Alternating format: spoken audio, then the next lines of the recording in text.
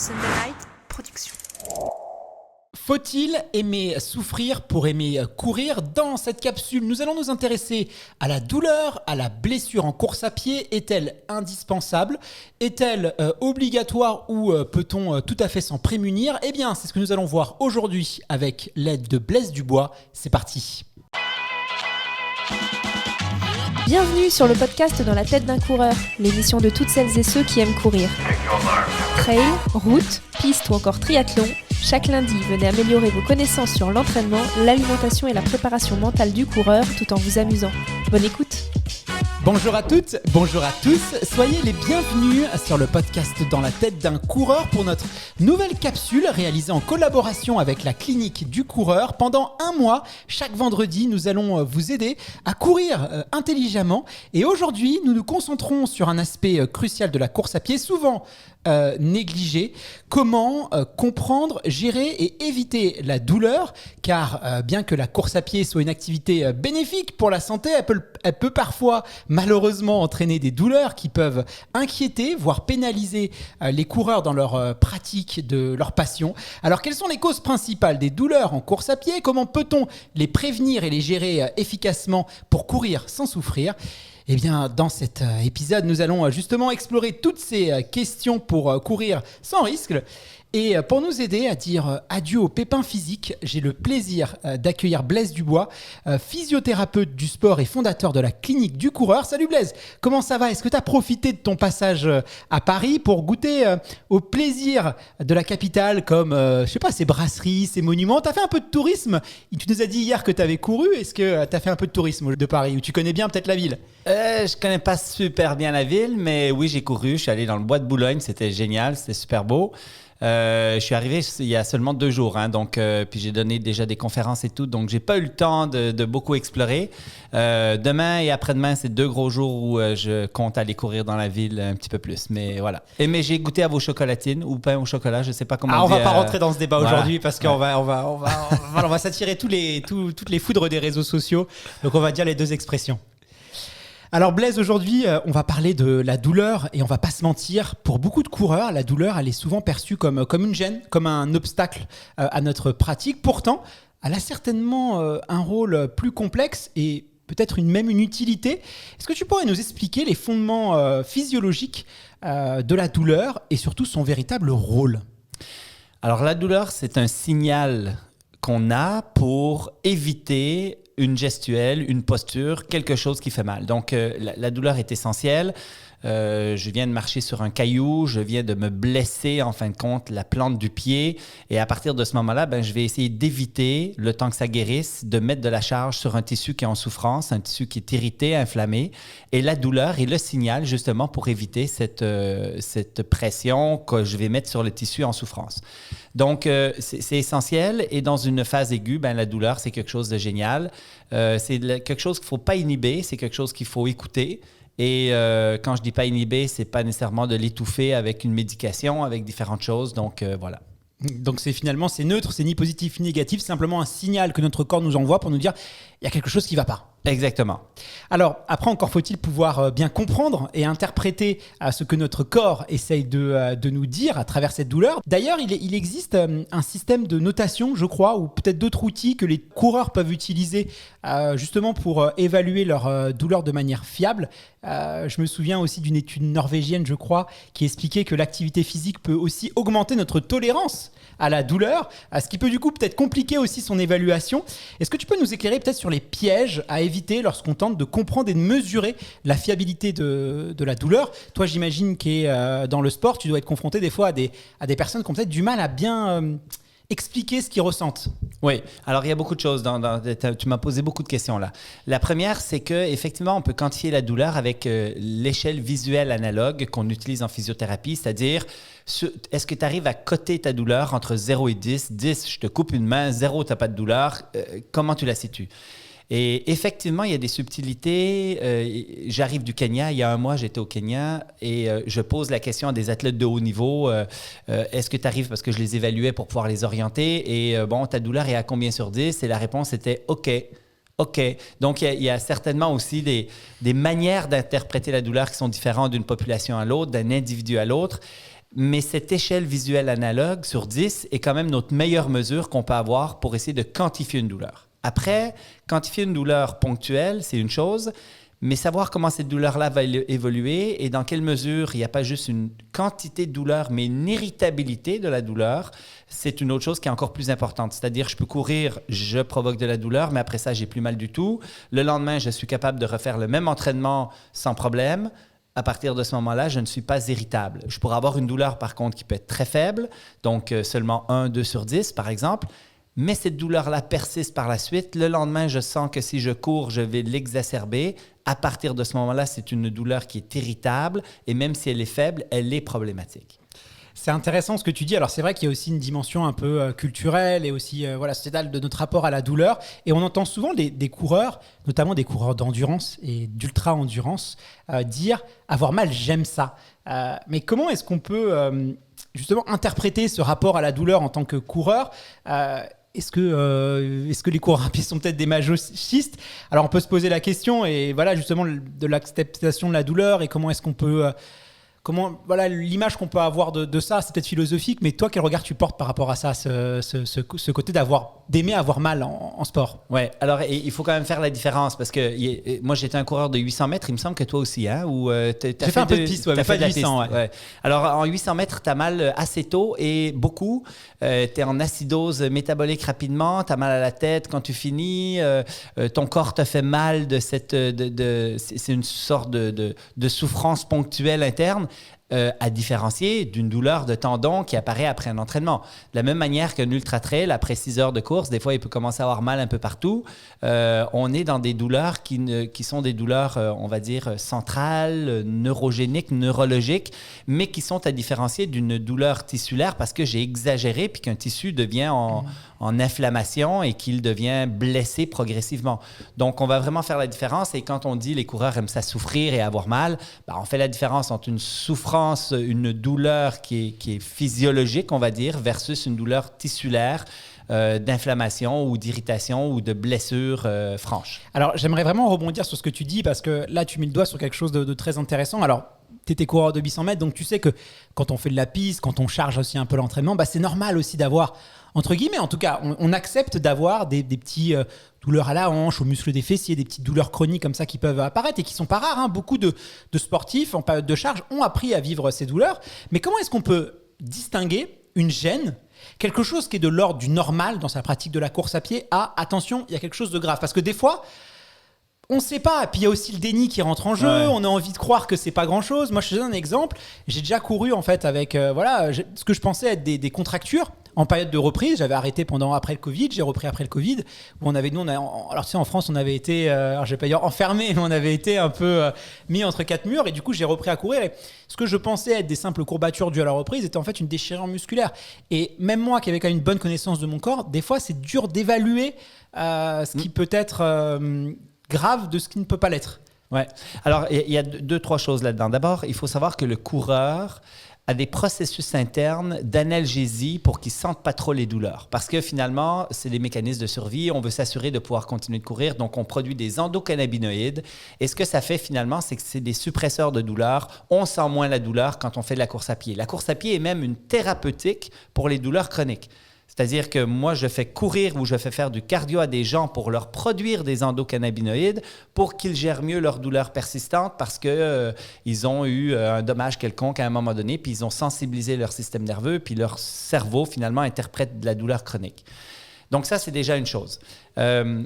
L'autre chose, et là, je me suis égaré dans ma réponse, ta question, c'était... Comment est-ce qu'on peut distinguer, justement, est-ce qu'il y a de manière objective, comment est-ce qu'on peut évaluer ce qui est de l'ordre du normal de ce qui est de l'ordre du potentiellement grave? Voilà. Donc, après ça, il y a une autre chose aussi, c'est que quand un tissu musculaire est douloureux, exemple, tu as des courbatures importantes après, tu sais que c'est un tissu à tellement haut métabolisme qui se guérit en accéléré. Donc, quand tu as une atteinte musculaire, parce que tu as fait beaucoup de dénivelé négatif, là, tu as cassé du muscle, et là, finalement, tu es en inflammation, en micro-inflammation un peu partout, et là, tu es courbaturé pour 3-4 jours de façon très importante, c'est peut-être mieux de te reposer, mais tu sais que ça va guérir très rapidement parce que le tissu est à très haut métabolisme. Tu finis un entraînement, et là, tu as mal au tendon d'Achille. à ce moment-là, il faut le respecter un petit peu plus. Il y a des tissus qui vont s'adapter beaucoup plus lentement, sur lesquels c'est préférable d'écouter un peu plus. D'autres que tu sais qui vont évoluer rapidement, comme le tissu musculaire, qui lui, c'est pas tellement grave. Et après ça, la douleur, encore une fois, c'est pas toujours son intensité, mais c'est comment elle perdure dans le temps. Donc, je fais un entraînement, j'ai une douleur qui est apparue, je ne suis pas trop inquiet. Peut-être que le lendemain, je ferais mieux de me reposer parce que ça veut dire que j'ai flirté avec mes limites. Mais si jamais je décide de recourir, il faudrait que je m'assure que la douleur n'est pas pire, qu'elle ne persiste pas après mon activité et que le lendemain, je sois capable d'en faire autant, voire plus. Ça, c'est des indicateurs beaucoup plus pertinents que j'ai juste mal ou j'ai pas mal. Et justement, selon toi, qu'est-ce qui devrait inciter un coureur à aller consulter un professionnel de santé? Par exemple, une recommandation qu'on entend tout le temps dans le monde, alors plutôt dans le monde fédéral, dans le monde des clubs, à partir du moment où tu boites à froid, il faut consulter. Est-ce que cette recommandation, elle a du bon sens? Ah oui, alors si tu boites à froid, moi je pense que ça vaut la peine d'aller consulter. La question c'est est-ce que tu consultes même avant de boiter à froid? En fait, je pense que le coureur qui est intelligent, qui arrive à bien gérer son entraînement, qui arrive à être à l'écoute de son corps, en fin de compte, va d'abord et avant tout décider de se reposer un peu si jamais il a une douleur. Et puis, si jamais cette douleur-là, en fin de compte, persiste plus que 2-3 jours, moi, je pense que rapidement, avoir un diagnostic d'un professionnel averti, parce que l'autre chose aussi, tu parles de professionnels de la santé, mais il faut aller trouver les bons. C'est-à-dire qu'il faut rencontrer des gens qui sont formés, des gens qui sont spécialisés en musculo-squelettique, parce que si vous allez voir un médecin omnipraticien qui fait de la médecine générale, bien évidemment, ses compétences en musculo-squelettique sont très limitées, donc il faut être prudent de recevoir des conseils de juste, tu te reposes pendant 3 semaines et puis après ça, on verra. Mais oui, moi je pense que si jamais ta douleur persiste plus que 3 jours, ça vaut la peine de rencontrer un professionnel. En plus, tu l'appelles, le temps que tu le rencontres, ça prend un petit peu de temps. C'est pas un rendez-vous. Voilà, donc il faut quand même s'activer assez rapidement. Ouais. Alors, justement, si on a peut-être des coureurs là qui nous écoutent, qui préparent des objectifs, qui sont en période de charge ou qui ont fait quelques compétitions, comment est-ce qu'on peut adapter l'entraînement en fonction de la douleur qu'on ressent? Par exemple, tout à l'heure, je prends mon exemple, on a un peu des courbatures parce qu'on a fait une grande course où on a un peu travaillé trop dans les descentes. Si on fait du trail, le lendemain, on a des courbatures. Est-ce qu'on doit le prendre en compte? Il y a des athlètes de haut niveau qui aiment bien justement s'entraîner sur des courbatures parce que pour eux, ça va créer des systèmes de surcompensation. Et comment est-ce qu'on doit, selon toi, ajuster l'entraînement en fonction de la douleur qu'on ressent quand elle est bénigne? Ouais. Alors, d'abord, pour régler l'histoire des courbatures, ce n'est pas nécessaire d'avoir des courbatures pour s'adapter. On peut s'entraîner et s'adapter au stress mécanique, par exemple, de D-, de dénivelé négatif, simplement en allant flirter avec la courbature. Donc, d'avoir des sensations musculaires légères et d'être capable d'enchaîner par la suite et d'arriver au même stade que si on avait eu des courbatures. Mais on sait par contre que si on a des courbatures, ça a un effet protecteur sur le long terme. Donc, au moment où vous avez des courbatures, quand elles sont importantes, vous êtes mieux quand même de faire un peu de vélo, de faire de la natation, de faire quelque chose qui n'est pas trop traumatisant pour votre fibre musculaire parce que là, elle a besoin de récupérer. Les athlètes de haut niveau, quand ils aiment aller courir sur des courbatures, c'est qu'ils n'ont pas les mêmes courbatures parfois aussi importantes que le coureur récréatif qui, lui, des fois, n'arrive pas à marcher pendant 3-4 jours parce qu'il est tellement désadapté que juste un peu de D- peut l'amener dans des zones qui sont vraiment problématiques. Mais de façon générale, ce n'est pas une nécessité d'aller dans ces zones-là. Si jamais on s'y retrouve, on est peut-être mieux de récupérer avant de remettre un stress, mais en sachant que si j'ai créé des courbatures, je récupère, je vais être immunisé par la suite de ces mêmes courbatures avec le même niveau de stress. Parce que la courbature et sa récupération amènent le corps à augmenter sa tolérance et sa robustesse au même niveau de stress. Le corps s'adapte pour devenir plus fort, en fait, tout simplement. Exact. Alors, une question qu'on peut se poser, c'est la question des antidouleurs. Est-ce que prendre des anti-inflammatoires ou des antalgiques, ça peut être une bonne idée si on veut justement, pour des petites douleurs un peu passagères, se faciliter la vie? Alors, il y a vraiment 2 classes de médicaments qui sont les analgésiques purs et les anti-inflammatoires. Alors, d'un côté, on a en France l'ibuprofène, Advil, Motrin, que vous avez peut-être, et les anti-inflammatoires en prescription, naproxène. Et de l'autre côté, on a les analgésiques qui sont le paracétamol, qui sont l'acétaminophène. Au Québec, on dit Tylenol. Le Doliprane en France. Voilà. Alors là, on est dans 2 catégories qui sont différentes. Donc, est-ce que j'ai un effet juste analgésique? Et là, la question, c'est est-ce que c'est pertinent d'inhiber ce processus douloureux? Moi, je ne pense pas, la majorité du temps. Il y a certains qui, des fois, vont être limités fonctionnellement avec cette douleur-là dans leur vie de tous les jours et ne le tolèrent pas, dorment moins bien. Et là, ça peut peut-être être pertinent pour certains individus particuliers et certaines conditions particulières. Mais une chose est certaine, c'est que la catégorie des anti-inflammatoires, à ce moment-là, celle-là nuit à l'adaptation et à la guérison tissulaire.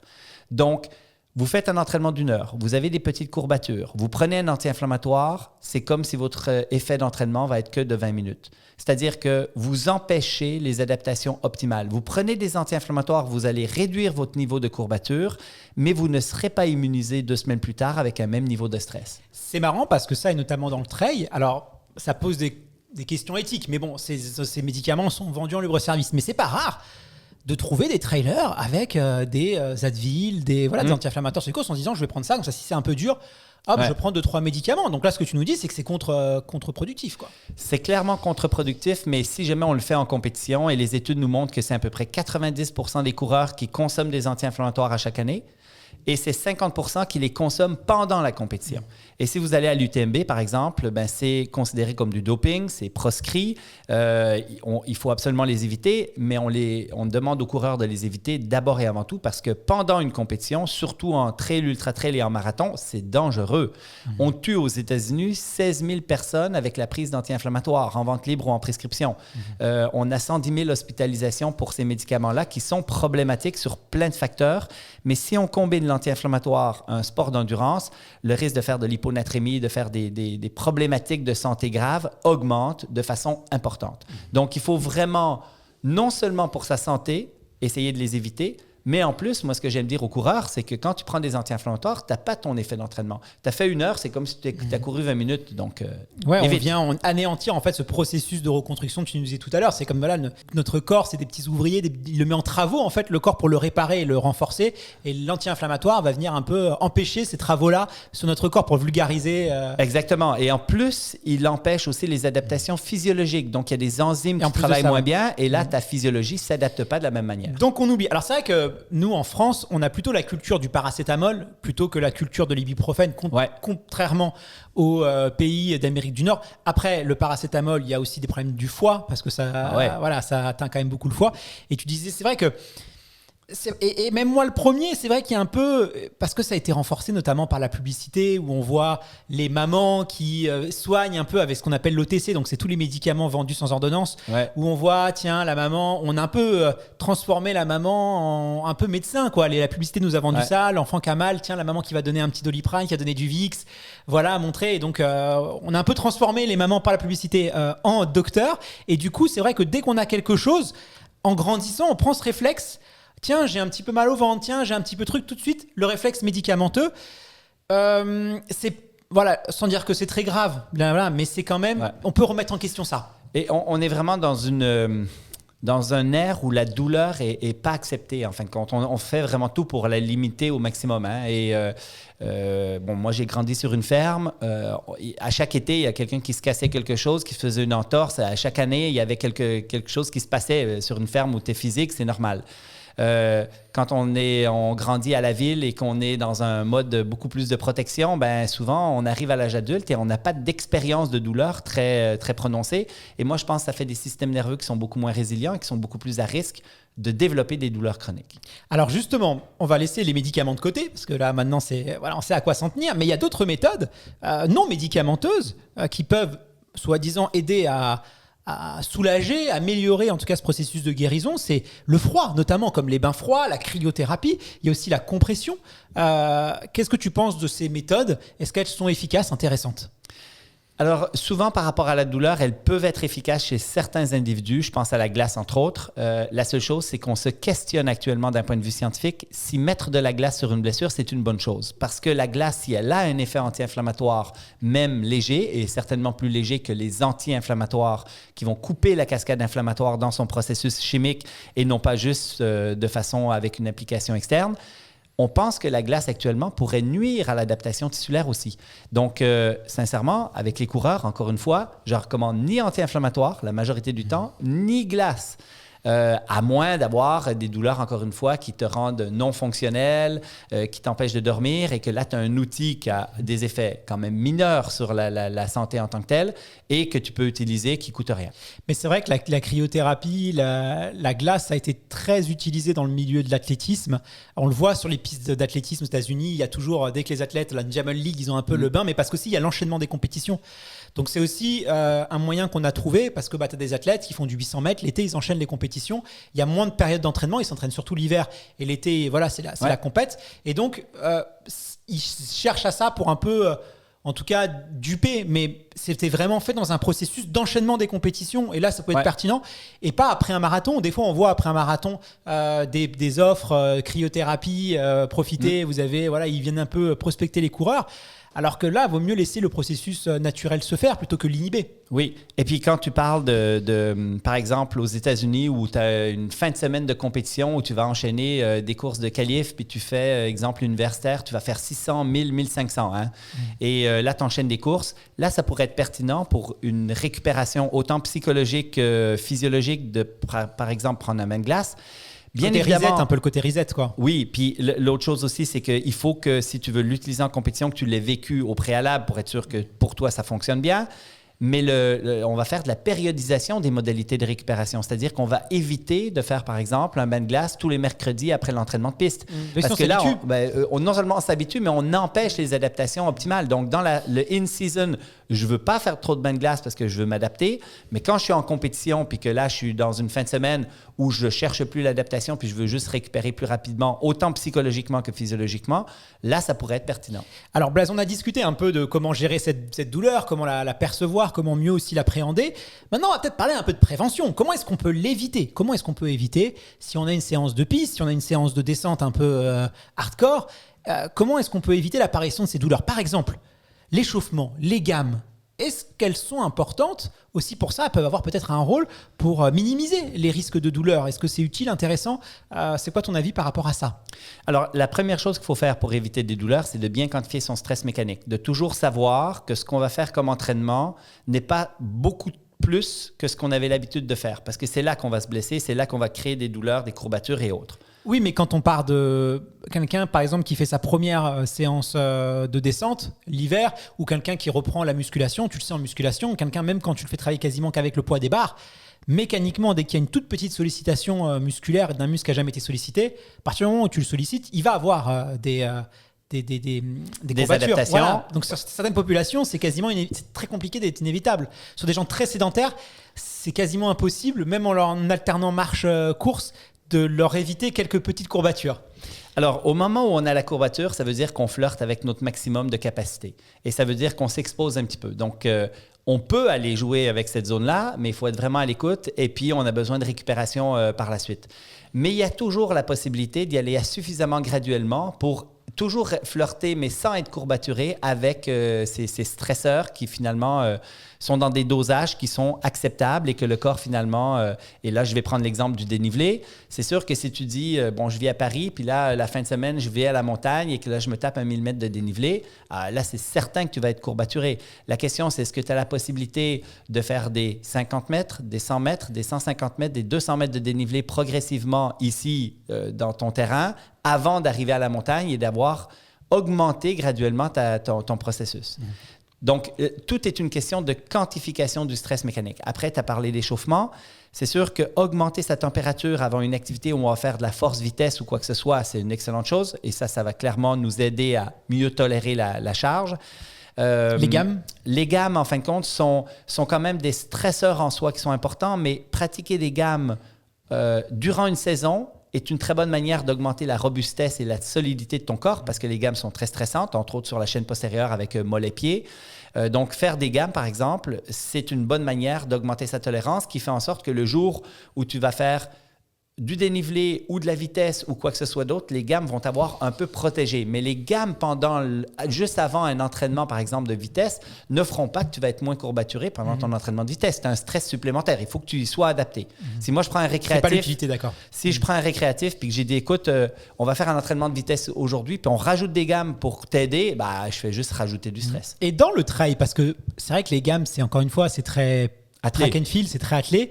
On n'en voit jamais vraiment des trailers faire des gammes. Est-ce que justement, avant une séance de côte, avant une séance de descente, travailler un peu les gammes ou un peu mieux l'échauffement aussi? Bon, voilà, quand je dis les gammes, ça va des talons-fesses, montée de genoux. Est-ce que ils le font pas parce que c'est culturel et c'est un tort, ou est-ce qu'ils ne le font pas parce que ça ne servira à rien dans le trail? C'est quoi ton avis par rapport à ça? Je pourrais pas dire que ça servirait à rien, mais clairement, c'est pas une priorité. Puis les trailers, ils veulent courir. Les trailers, ils veulent cumuler du volume, ils veulent avoir du fun, ils veulent aller dans la nature. Ils sont pas à la petite décimètre de seconde à chercher en plus. Donc le truc, en fin de compte, c'est que si par exemple, tu te fais un entraînement trail où tu sais que tu vas faire un peu de qualité, ben, ce que tu vas faire, c'est que tu vas commencer par jogger, augmenter ta température, puis après 20-30 minutes de jog, ben, tu vas commencer à faire des petits tempos en montant, en descendant, et c'est ça un peu tes gammes, c'est-à-dire tu vas varier un peu tes techniques avec un petit peu plus de vitesse pour te préparer à ce que tu vas faire. Donc même pour des séances de côte ou de descente, pas forcément d'intérêt de d'échauffer un peu plus ou préparer un peu plus le corps sur des talons-fesses, ce genre de choses, on aurait pu croire, montée de genoux, on aurait pu croire que ça peut être utile pour la descente ou la montée. Oui, mais l'exposition graduelle à l'environnement t'amène à faire comme des gammes inconscientes. Donc, des gammes de terrain, quoi. Des gammes de terrain, exactement. En fait, le truc, c'est de toujours se préparer aux exigences de l'activité. Alors, l'objectif de faire des gammes sur, par exemple, la piste, c'est de travailler des amplitudes qui sont un peu plus grandes que quand tu fais du jog, parce que tu sais que tu vas aller plus vite et qu'en même temps, ben, tu vas stresser mécaniquement ton corps. Tu vas avoir un éveil neurophysiologique parce que tu fais des trucs à plus haute vitesse. Et là, après ça, tu te prépares à faire quelque chose, des sprints, de la vitesse, etc. Alors Blaise, on ne peut pas parler de la douleur sans évoquer la chaussure de course, notamment depuis l'essor des fameuses chaussures à plaques de carbone ou à mousse. Et c'est vrai que les athlètes aujourd'hui revendiquent l'utilisation de ces chaussures, notamment en raison de leur capacité à protéger le muscle durant l'effort, notamment sur les séances de piste où on pouvait avoir un peu de nœuds quand on avait des chaussures à l'époque plus minimalistes. On pense notamment aux Nike, les Strike, je ne sais pas si tu te souviens. Voilà, je sais que tu as beaucoup étudié cette question-là. Et c'est vrai que ces chaussures-là, on a vu aussi de l'augmentation du volume kilométrique dans le très haut niveau. C'est une question qui est souvent discutée entre les experts. Je crois que c'est encore assez tôt, donc il faut être assez prudent. Et ta position par rapport à ça, ton regard, je sais que la clinique du coureur, vous avez un point de vue assez précis sur cette question. Alors, on vient de finaliser un e-learning de 8 heures sur la chaussure. On a exploré toute la science de la chaussure et la performance. Donc, je vais être très bref sur les choses parce que le sujet est vaste et complexe.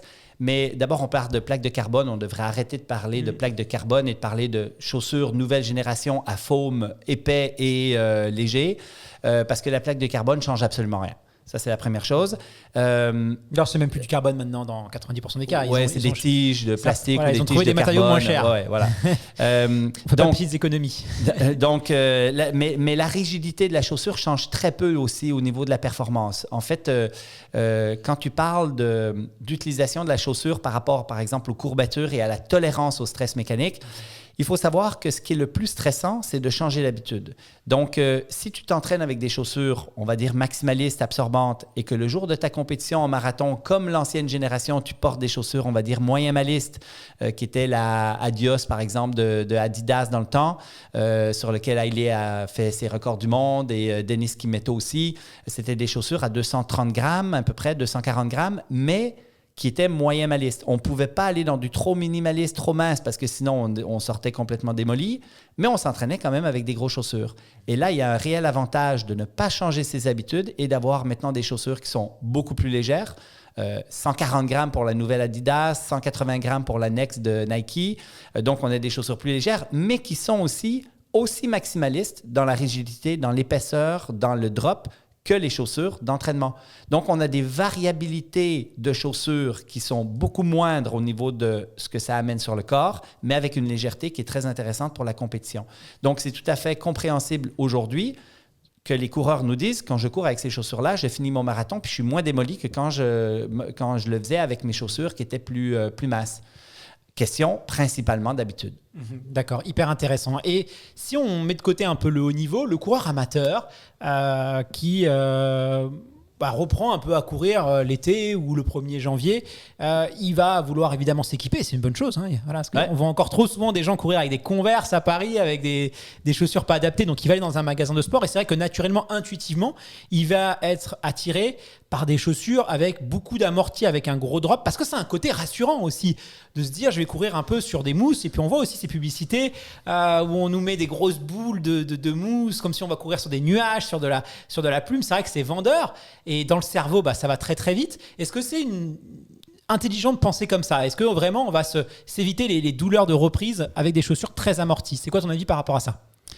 Alors, encore une fois, la science est assez claire sur le sujet. Plus il y a d'amorti dans les chaussures, plus on va stresser le genou, la hanche et le dos, et moins on va stresser le pied et le mollet. Donc, de façon générale, ces chaussures-là vont vous prévenir sur du court terme des courbatures au niveau du mollet, mais pourraient augmenter, en fin de compte, le stress sur, par exemple, le quadriceps et les courbatures sur le quadriceps. Parce que ça a une influence sur la manière dont on court. Et plus la chaussure elle est grosse et amortissante, plus on va attaquer du talon, plus la cadence va être lente, le nombre de pas par minute, et plus le stress mécanique global sur le corps va être important.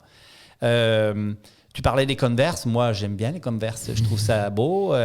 En fait, la question qu'on se pose actuellement, c'est est-ce que les technologies intégrées dans les chaussures ont vraiment un rôle préventif? Et actuellement, la réponse scientifique, c'est non.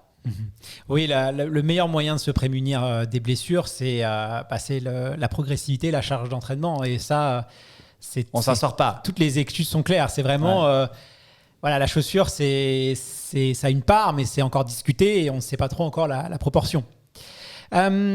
Justement, si un coureur a été blessé, quels sont selon toi justement, ou a été blessé ou se réathlétise après une période d'arrêt? On parlait du fameux coureur qui se remet à courir l'été ou au mois de janvier.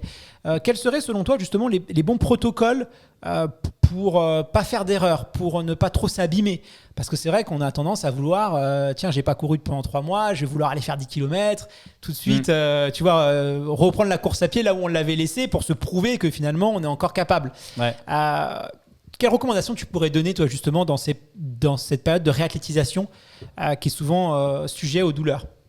Alors, la première chose, c'est de quantifier son stress mécanique et ça répond à 80% de la question que tu me poses. C'est-à-dire y aller très graduellement et progressivement, commencer avec du 3 fois 1 minute, 4 fois 1 minute. On y va vraiment, vraiment avec parcimonie pour voir comment on répond, être capable de marcher un certain temps avant de recommencer à courir. La deuxième chose, c'est de courir tous les jours. Donc, on sait que les petits stress récurrents sont beaucoup moins dommageables pour le corps que les grands stress peu fréquents. Donc, je préfère beaucoup que quelqu'un court 6-7 fois par semaine des petits dosages que 2 fois par semaine des plus grands dosages.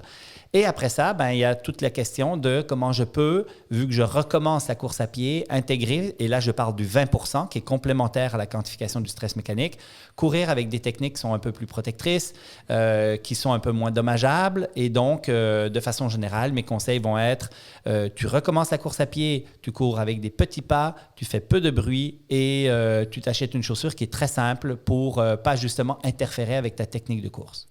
Avant de passer à la rubrique vrai du faux, Blaise, j'aimerais qu'on parle quand même, qu'on appuie un peu sur l'importance du suivi médical, justement de pouvoir avoir un bon suivi, d'avoir des bons praticiens qui sont aussi spécialisés dans la course à pied, parce que c'est vrai que il y a aussi débat. Tu vois, par exemple, en France, on a la question du certificat médical qu'on trouve souvent obsolète, qu'on trouve souvent complètement dépassé, mais qui a quand même le mérite de, quand il est bien fait en tout cas, de quand même pouvoir faire un bilan de santé aux coureurs. Et on sait que malheureusement, chaque année sur les marathons, il y a des problèmes d'arrêt cardiaque, il y a certainement des morts subites qui auraient très bien pu être évitées.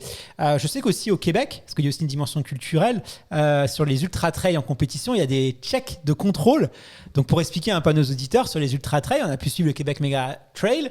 Il y a des coureurs à mi-course à peu près qui doivent passer une visite médicale très rapide et les médecins décident finalement, je ne vais pas dire à la place, c'est une concertation, mais peuvent interrompre la course d'un athlète s'il estime que sa santé est en danger. Alors ça n'existe pas en France et on trouve ça un peu parce que c'est le dépassement de soi, l'ultra-trail.